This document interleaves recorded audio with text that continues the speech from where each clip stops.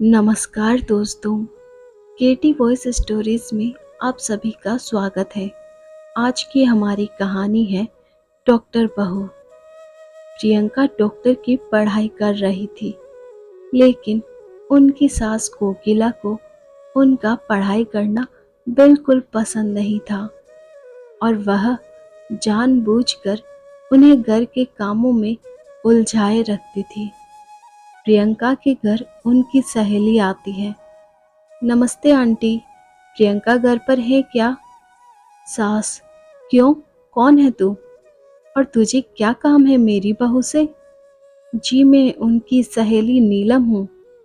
कल उसका एग्ज़ाम है ना, और उसने मुझसे कुछ किताबें पढ़ने के लिए मंगाई थी, वही देने आई हूँ। अच्छा, तो तू है नीलम जो सारा दिन फ़ोन पर मेरी बहू के कान भरती रहती है। देख लड़की, अगर आज के बाद तूने मेरी बहू को उल्टी सीधी बात पढ़ाई तो मुझसे बुरा कोई नहीं होगा। और खबरदार, अगर आज के बाद तूने मेरी बहू को फोन किया और दोबारा इस घर में दिखाई दी। अरे माँ जी, पता नहीं आप किस जमाने की औरत है। मैं तो सिर्फ आपकी बहू की मदद करना चाहती थी, लेकिन क्या करें, बेचारी की किस्मत ही फूटी है। उसे आप जैसी सास मिली है। ठीक है, जाती हूँ मैं। बढ़िया आई मुझे भाषण देने वाली। तेरे जैसी बहुत देखी है मैंने। शाम को प्रियंका अपने पति के साथ घर आती है। प्रियंका, माँ जी, मेरी सहेली नीलम घर पर आई थी क्या? माँ जी बोली, अरे बड़ी बदतमीज है तेरी सहेली, औरों से बात करने का ढंग भी नहीं है। उसे तो मैंने बड़े बड़े ताने सुनाकर भगा दिया। डॉक्टर बहू, अरे भगवान, अब क्या होगा? कल मेरा एग्जाम है। सास कोकिला, अरे तेरी यह बेकार की पढ़ाई में क्या रखा है? बड़ी आई डॉक्टर बनने, चुपचाप घर के कामों में ध्यान दे। सास कोकिला, कल मेरी कुछ सहेलियां घर पर आ रही हैं, इनकी खातिरदारी में कोई कमी नहीं रहनी चाहिए। बहू, जी माँ जी। सासू जी प्रियंका के साथ मुंह फुलाकर वहां से चली जाती हैं। अगले दिन का पूरा समय प्रियंका का सास की सहेलियों की खातिरदारी में और घर के काम में बीत जाता है, और प्रियंका एग्ज़ाम नहीं दे पाती है। उस रात प्रियंका अपने पति करण को सारी बात बताती है। करण, अब क्या बोलूं, यह माँ भी ना कोई बात नहीं, और तुम अपना मुंह ठीक कर लो। अगली बार अच्छे से ठीक से पढ़ाई करना। भारती, कुछ दिनों के बाद बाहर से आवाज आती है, अरे कोकिला बहन है, घर में प्रियंका है। कोकिला, क्या हुआ भारती, तो इस तरह लंगड़ा क्यों रही है? भारती, अरे क्या बताऊं कोकिला बहन, सीढ़ियाँ उतरते वक्त मेरा पैर फिसल गया और पैर में सूजन आ गई है, इसलिए तेरी बहू से दवा पानी कराने आई हूँ। कोकिला, मेरी समझ में नहीं आता, लोग छोटी छोटी बातों को लेकर डॉक्टर के पास क्यों जाते हैं? अरे तेरा पैर मुड़ गया है ना, बस ला, अभी तेरे पैर को मैं ठीक कर देती हूँ। दिखा तेरा पैर। कोकिला भारती का पैर पकड़कर जोर से खींचती है। भारती, मर गई रे, ऐसा बोलकर जोर से चीखती है। कोकिला, अरे क्या हुआ, आराम मिला? भारती, एक तो मेरा पैर पहले से मचका हुआ है, कहीं ऐसा ना हो कि ज्यादा मचकोड़ को हो जावे। रहने दे तू, अब मैं चलती हूँ। और वो चली जाती है। थोड़ी देर के बाद प्रियंका घर आती है।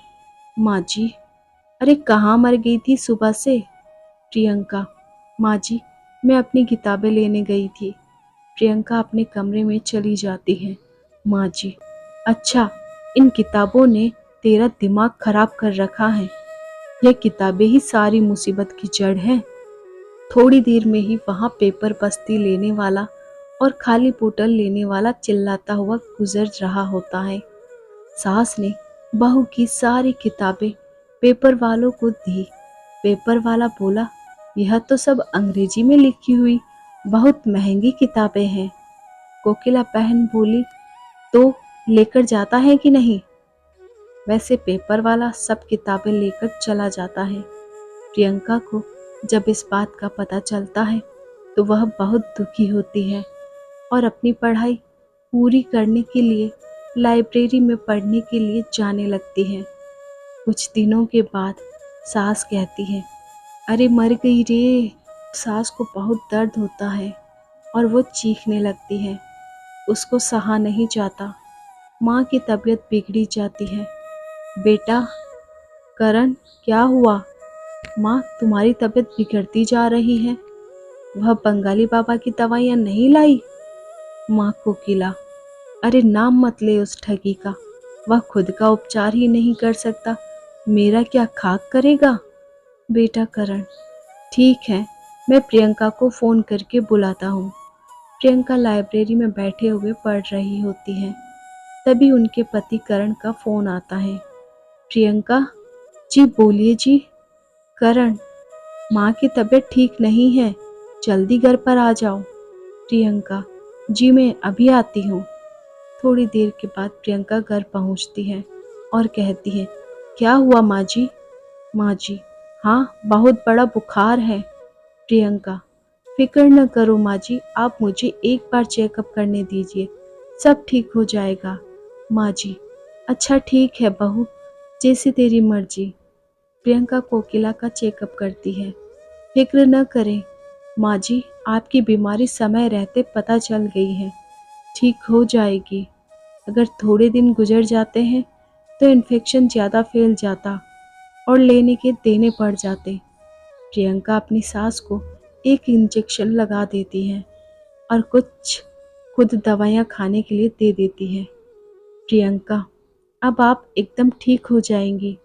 कुछ दिनों के बाद कोकिला पूरी तरह ठीक हो जाती है।